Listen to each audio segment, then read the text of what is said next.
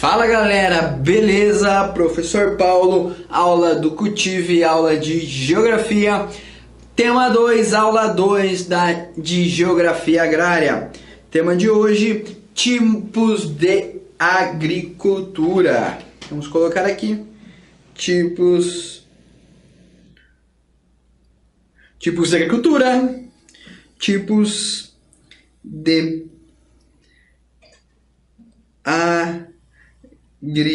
Nossa, que letra. Cultura. Tipos de agricultura. Como se dá a produção? Quais são os tipos que existem aí, né? Os tipos mais comuns da produção agrícola no mundo, no Brasil. O primeiro tipo que vamos falar é da roça itinerante, né? Da produção de roça ou produção itinerante. Uma característica, meus amigos, são áreas de agricultura descapitalizada. Então, é uma produção mais arcaica, mais tradicional, não tem aquela grande inserção, grande investimento em cima. Então, é aquela produção mais agrícola, produção mais tradicional, a produção mais de subsistência.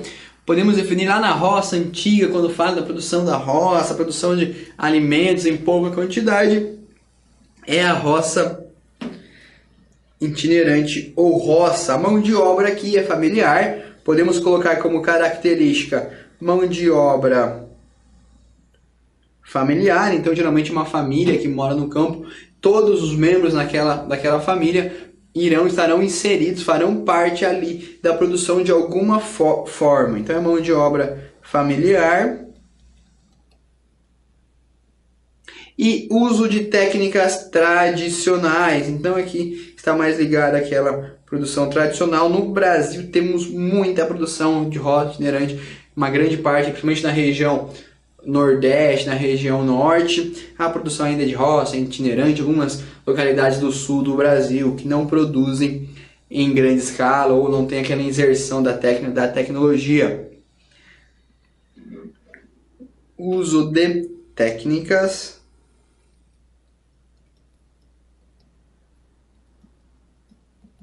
tradicionais e rudimentares. Uma das características da produção é de países em desenvolvimento. Então colocamos aqui países, em desenvolvimento,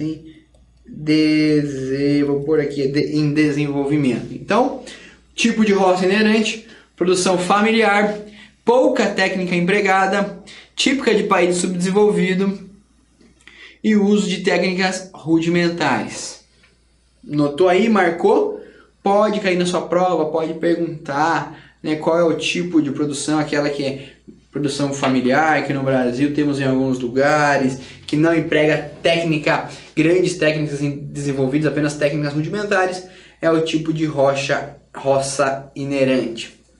Um outro tipo de produção que pode ser colocada como produção ecológica, produção orgânica ou biológica é aquele tipo de produção que oferece baixo impacto ambiental, ou seja, não usa técnicas agressivas ao meio ambiente. Então é baixo impacto ambiental.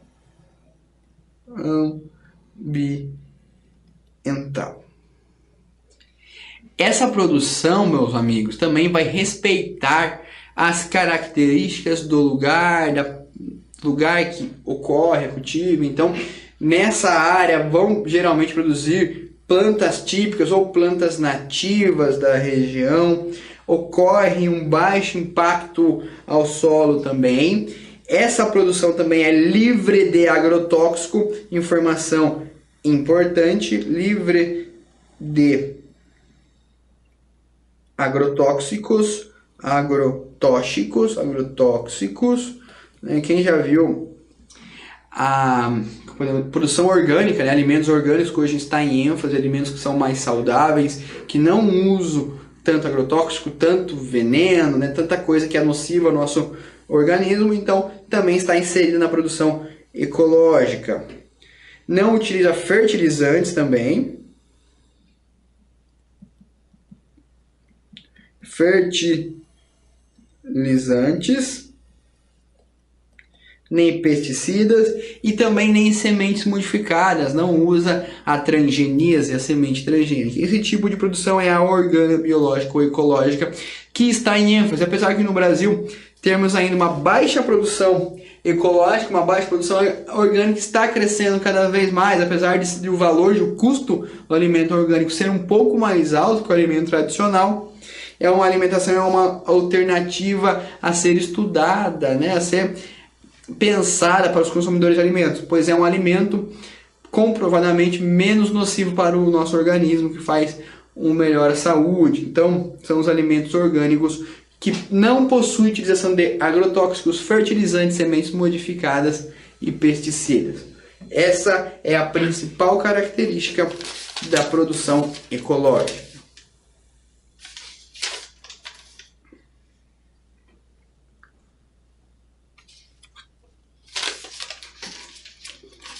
Uma outra produção importante que pode aparecer na sua prova pode ser chamada de jardinagem, irrigação ou de rizicultura. Bom, essa produção está presente, meus amigos, principalmente no Sudeste Asiático. E o que é produzido lá no Sudeste Asiático? Todo mundo lembra, todo mundo já viu? No Sudeste Asiático é produzido arroz. Na Tailândia, na Indonésia, no Vietnã, algumas regiões depois ali um pouco pro Japão também, né? Então é a técnica da rizocultura ou de irrigação. Uma característica: ocorre o uso intensivo do solo,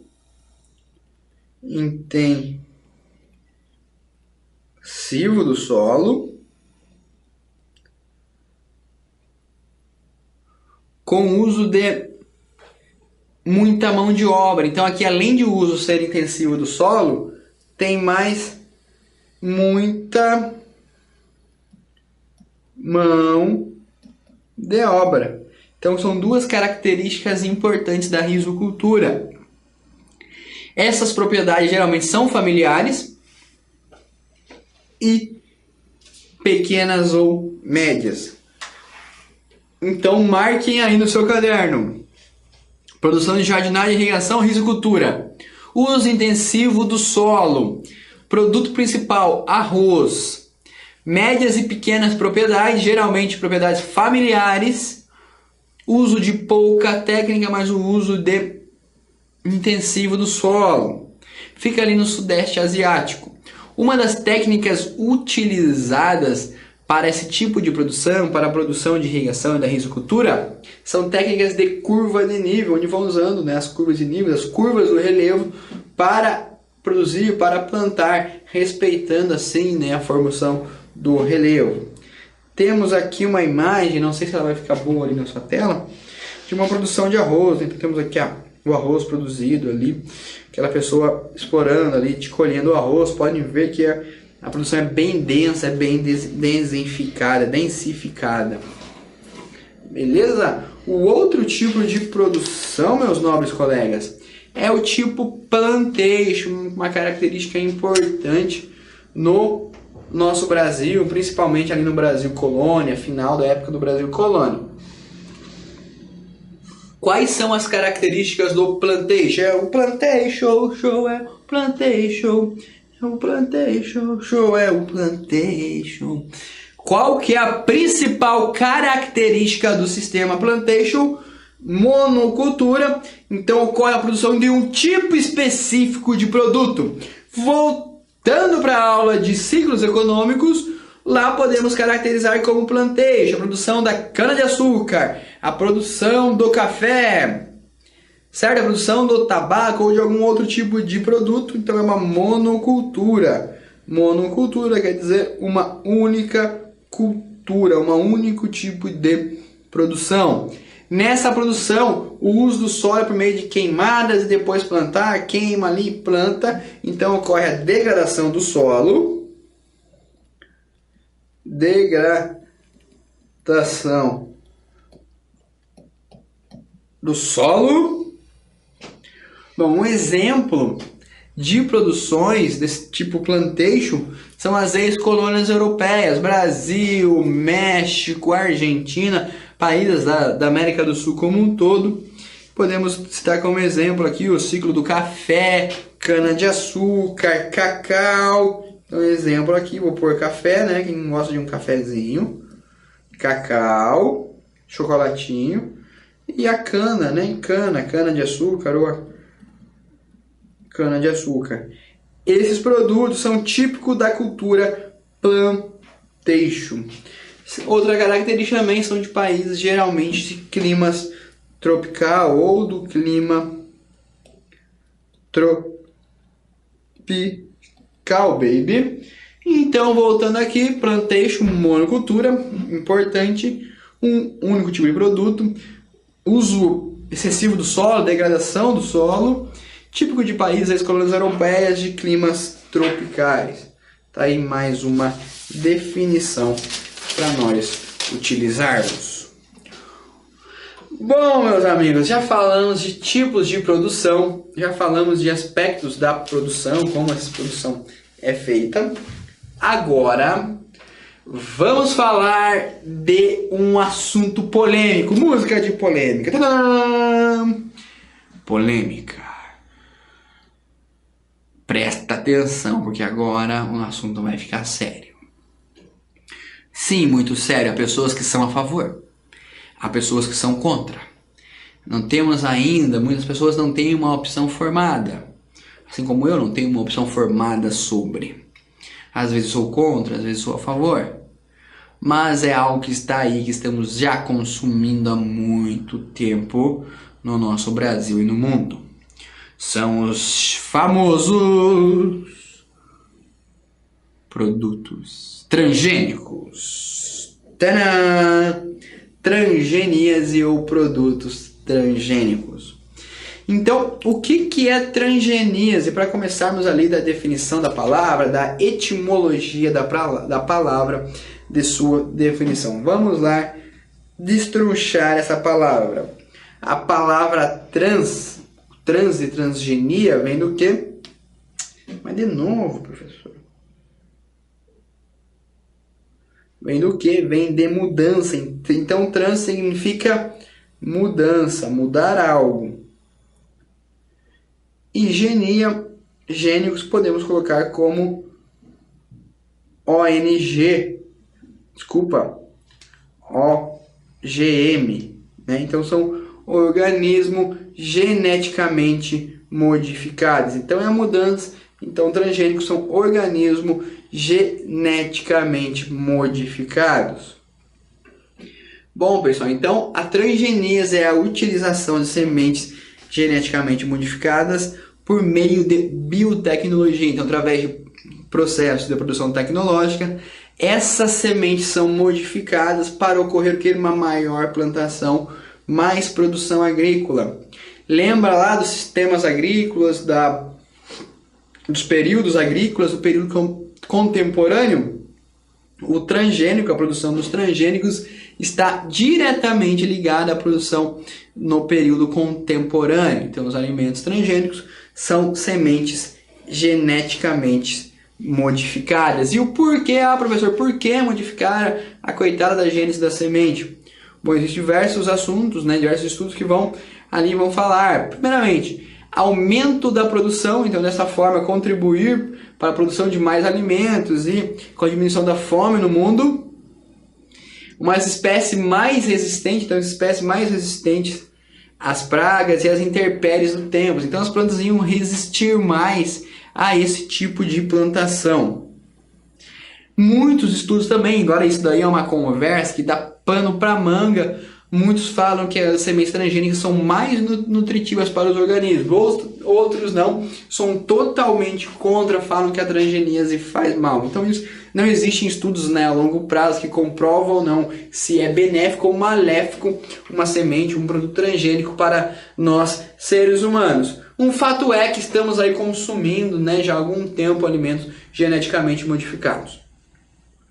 Origem, da onde vem a produção de transgênicos? Bom, a primeira podemos destacar como principal, né, ou como pioneira, a empresa chamada o Grupo Monsanto. Então a Monsanto é um dos responsáveis aí pelas primeiras sementes transgênicas. Pós Monsanto vem diversas empresas de grande porte, aí, grandes corporações das sementes dos produtos alimentícios, como a BASF, entre outras empresas aí, que também hoje em dia produz muita transgenia, produz gênese, trocam-se ali sementes geneticamente modificadas, uma vem de gene para outra semente. Então, daí partiu a produção dessas sementes, né? Das sementes transgênicas. Tomar uma aguinha, que não é transgênica ainda. Algumas polêmicas, meus amigos, que envolvem o produto transgênico. Então vamos colocar aqui. Polêmicas. Uma das polêmicas é a falta, né, de histórico a longo prazo sobre o efeito dos alimentos geneticamente modificados. Então, como eu já disse agora há pouco, ninguém sabe ao certo quais são os efeitos causados pela transgeníase, causado pela mudança aí das sementes.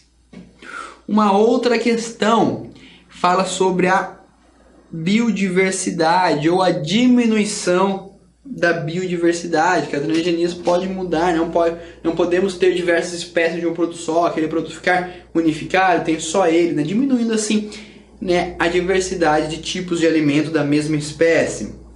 Uma outra questão é o monopólio das sementes por parte das grandes corporadoras, das grandes produtoras agrícolas, que também é uma questão que causa, né, só um produtor, só algumas empresas vão ser detetoras e vão produzir essas sementes. Com a Monsanto, com a questão das transgeníase, podemos dizer também que não ocorreu o controle de pragas também. Então, a partir do momento que se desenvolvem novas sementes, também podem surgir, até surgiram novas pragas que vão atingir aí o meio ambiente, a produção agrícola. Então, ainda é necessário controlar as pragas, a aplicação de agrotóxicos, de pesticidas. E também mudança de hábitos alimentares, por exemplo, o aumento do consumo de glúten. Então, essa questão da transgeníase envolve polêmicas, envolve assuntos. Muitas pessoas contra, muitas pessoas a favor. Uma coisa é, o lado positivo, aumentou a produtividade, diminuiu as pestes, o lado negativo, não temos estudos ainda. Então, temos que ver qual é o contexto, que a questão, se quer alguma coisa sobre. Lembrando que hoje em dia a produção de alimentos transgênicos é muito grande no Brasil, e essa produção, principalmente de soja e milho, está aí, né, inserido na nossa produção agrícola.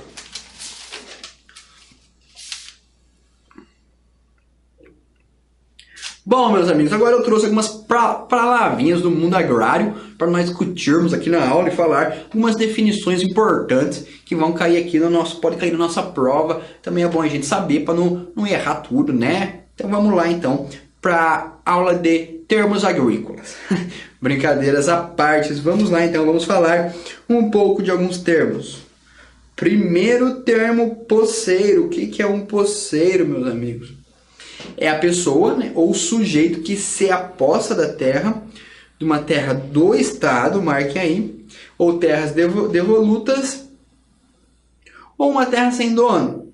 O sujeito não vai possuir a titulação da terra, então marque aí, poceiro não possui a titulação da terra. Não possui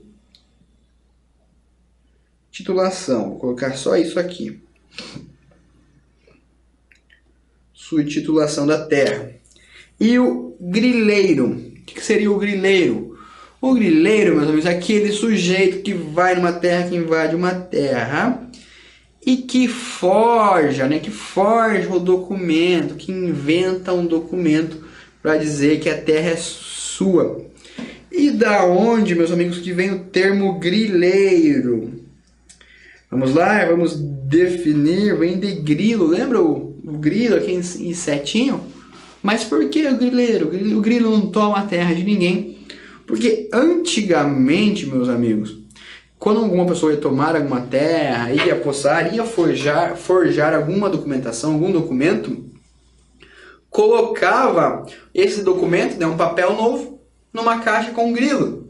Com o passar de alguns dias, o grilo, né, a sua ação ali faz com que esse documento pareça mais velho.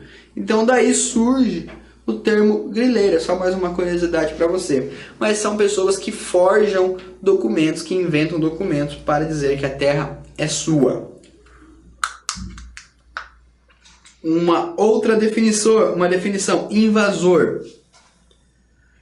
Sujeito que se apossa ou que invade terras que possui dono. Então quem invade uma terra é o invasor. Uso capião, meus amigos. Que esse termo às vezes pode aparecer em algum vestibular, alguma coisa.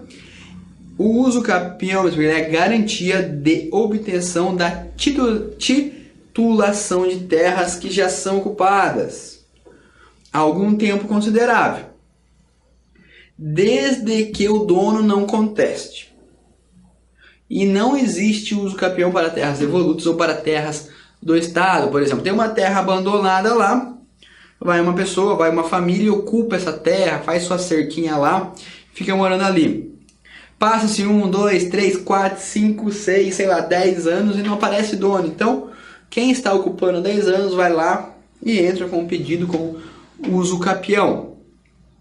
Como essa terra não vai ter dono, o Estado vai conceder, né, e vai entender que para aquela pessoa que está morando ali não apareceu o dono, não for contestado seu pedido de propriedade da terra, é concedido o uso capião da terra. Então seria um uso por tempo maior, a pessoa ficou um tempo maior na terra. Lembrando que são terras sem donos, ou terras não se sabe onde existem dono. Um outro termo aqui que podemos trabalhar, que podemos definir, é o termo sem terra, que volta e meia, hora ou outra, está aí nos noticiários, está aí no nosso dia a dia e que faz parte da realidade brasileira. O que é a definição de sem terra, meus amigos? Sem terras, ele é o sujeito que trabalha na terra, que está ali, trabalha, mas ele não possui terra. Ele tira o seu sustento da terra, mas está ali trabalhando na terra para outro. E também os sem terras reivindicam, né, ou pedem direitos pelo acesso da terra e principalmente pela reforma agrária. Beleza? E o que é a reforma agrária, professor? Podemos definir reforma agrária, meus amigos, como um sistema em que incorre a divisão de terras que não são produtivas. Então, uma determinada região tem muita terra, tem lá um dono, mas essa terra não gera lucro, não gera produção. Então, por meio de ações do governo, de políticas públicas, essas terras podem ser distribuídas para pessoas que não têm terra, que trabalham na terra, né, pessoas sem terras. Essas terras que não são produtivas são distribuídas para que a partir daí pessoas sem terra tenham terra e possam produzir nessa terra. Lembramos que no Brasil ainda não existe uma política de reforma agrária, apenas alguns assuntos, algumas discussões. Mesmo esse assunto estando na Constituição Federal, ainda não temos uma política, ainda há um certo receio, uma discussão muito grande, então é um assunto bem trabalhado, é um assunto bem recente. Mas em resumo, seria terras inapropriadas. Essas terras são loteadas, são divididas com pessoas sem terras, com moradores sem terras, são distribuídas para essas famílias que não possuem terra para que elas possam plantar e tirar o seu sustento da própria terra. Uma outra definição que nós podemos dizer também, meus amigos, que dentro desse sistema da reforma agrária que recebem os lotes, as pessoas vão ter meios de produzir ali no seu próprio lote, no seu próprio terreno.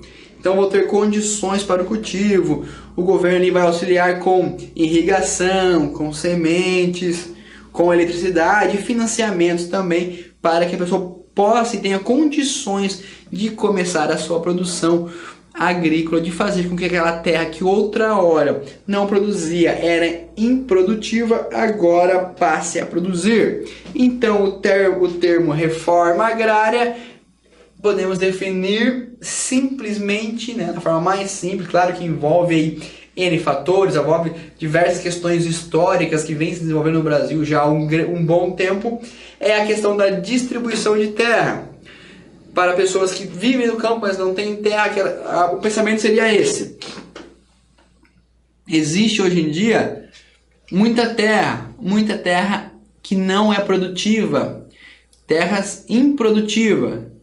Por outro lado, existem muitas pessoas que querem, que precisam, que vivem da terra, mas não têm acesso à terra, não têm terra. Então, o que seria o papel do governo? Pegar a terra improdutiva, repartir em lote e dividir para essa família, para as famílias que estão em busca de uma terra para tirar o seu sustento e para produzir mais alimentos. Teoricamente, não é tão complicado. O problema é que vai envolver diversos fatores, como o dono da terra, se essa terra é produtiva, não é, essa pessoa que quer a terra, ela vai trabalhar na terra mesmo, não vai, então envolve diversas questões que estão inseridas aí no tema de reforma agrária brasileira. Tema esse que dá pano para manga há bom tempo,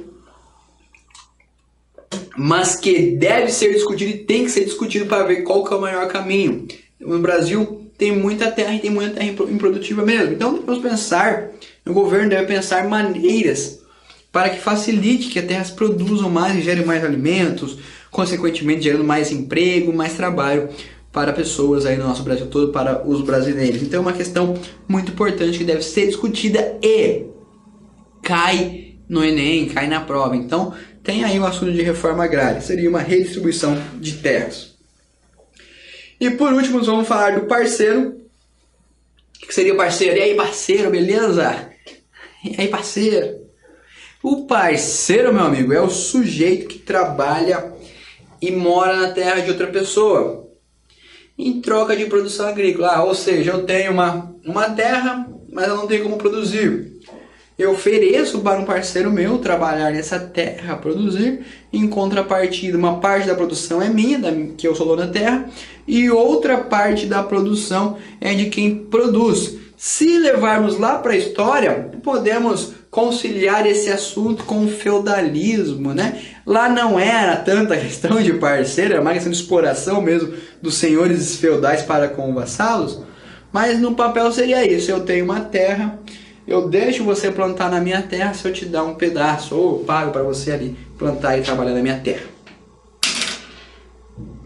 Beleza, cara amigo, entender um pouco mais dessa segunda parte, de um pouco mais do que fala na sua aula, do que trabalha a questão da agrícola brasileira, a questão da reforma agrária, alguns termos, alguns tipos de produção. Espero que tenha contribuído, que a nossa aula tenha auxiliado você na compreensão da realidade agrária do Brasil, da realidade agrária do mundo, e principalmente na hora da prova do Enem, né? Não ficar ali, o que é essa questão que eu ia falar. Você vai pensar, pô, o professor Jacutini falou, eu sei, eu vou acertar. Beleza? Pessoal, obrigado pela sua atenção. Até a próxima. Lembre-se, geografia na cabeça, paz no coração. Até a próxima. Um abraço a todos vocês. Até mais.